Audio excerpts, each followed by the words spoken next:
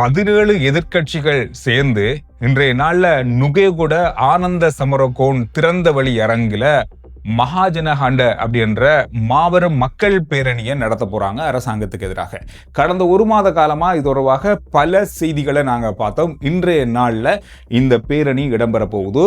இந்த 17 எதிர்க்கட்சிகளும் யார் யார் அப்படின்னு சொல்லி பார்த்தா, ஸ்ரீலங்கா பொதுஜன பெரமுன, ஐக்கிய தேசிய கட்சி, ஸ்ரீலங்கா சுதந்திர கட்சி, பிதுரு ஹெல உரிமைய, பொதுஜன ஐக்கிய முன்னணி, ஸ்ரீலங்கா மகாஜன பக்ஷ, ஜனதா சேவக பக்ஷ, நவ ஜன பெரமுன ஆகிய 17 எதிர்க்கட்சிகள் அரசாங்கத்துக்கு எதிராக இன்றைய நாளில் இந்த பேரணியில கலந்து கொள்ள போறாங்க. முன்னாள் ஜனாதிபதி மஹிந்த ராஜபக்ஷ அவர்களும் இந்த பேரணிக்கு வருகை தருவார் அப்படின்னு சொல்லி இறுதியாக கிடைத்த தகவல் சொல்லுது.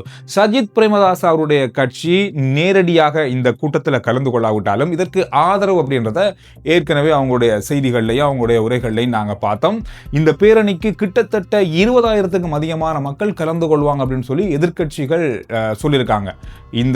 இந்த பேரணி தொடர்பாக இப்பொழுது போக்குவரத்து விதிமுறைகளிலையும் மாற்றம் கொண்டு வரப்பட்டிருக்கிறது. இன்று பிற்பகல் 2 மணிலிருந்து நுகேகுட மேம்பாலத்தில் இருந்து போற வாகனங்கள், அந்த பகுதியை போற வாகனங்கள் எல்லாமே கட்டுப்படுத்தப்பட்டு பாதுகாப்புகளும் வழங்கப்பட்டிருக்கிறது. குறிப்பா இந்த கூட்டத்தில் கலந்து கொள்ற அரசியல் பிரமுகர்கள், பாராளுமன்ற உறுப்பினர்களுக்கான பாதுகாப்பும் கொடுக்கப்பட்டிருப்பதாக சொல்லப்பட்டிருக்கு. இதுக்கிடையில காவல்துறையினர் ஒரு விஷயத்தை சொல்லியிருக்காங்க.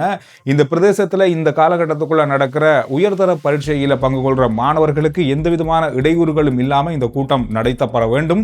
எந்த விதமான சத்தங்களோ அல்லது வாகன நெரிசலை ஏற்படுத்துற விதமாக நடந்து கொள்ள வேண்டாம். இந்த பிரதேசத்தை சுத்தி கிட்டத்தட்ட ஒரு 3 பாடசாலைகள்ல உயர்தர பரீட்சைகள் நடந்து கொண்டிருக்கு. எனவே இதெல்லாத்தையும் கருத்தில் கொண்டு இந்த பேரணி ஏற்பாட்டாளர்கள் நடந்து கொள்ள வேண்டும் அப்படின்றதையும் காவல்துறை இன்று காலையிலேயே அறிவிச்சிருக்காங்க. இது ஒரு முக்கியமான அரசாங்கத்துக்கு எதிரான முதலாவது பெரிய பேரணியாக இருக்கும் அப்படின்னு சொல்லி இப்போ எதிர்பார்க்கப்படுது.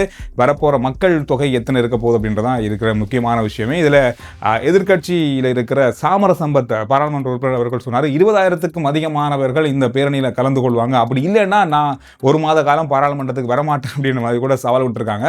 சரி, 20,000 பேர் வருவாங்க, இல்ல வராம போவாங்க, இதுல எல்லாம் ஓகே தான். ஆனா வாராங்களா இல்லையான்னு யார் இதை என்ன போறா அப்படின்றத இன்னும் ஒரு கதை இருக்க போகுது.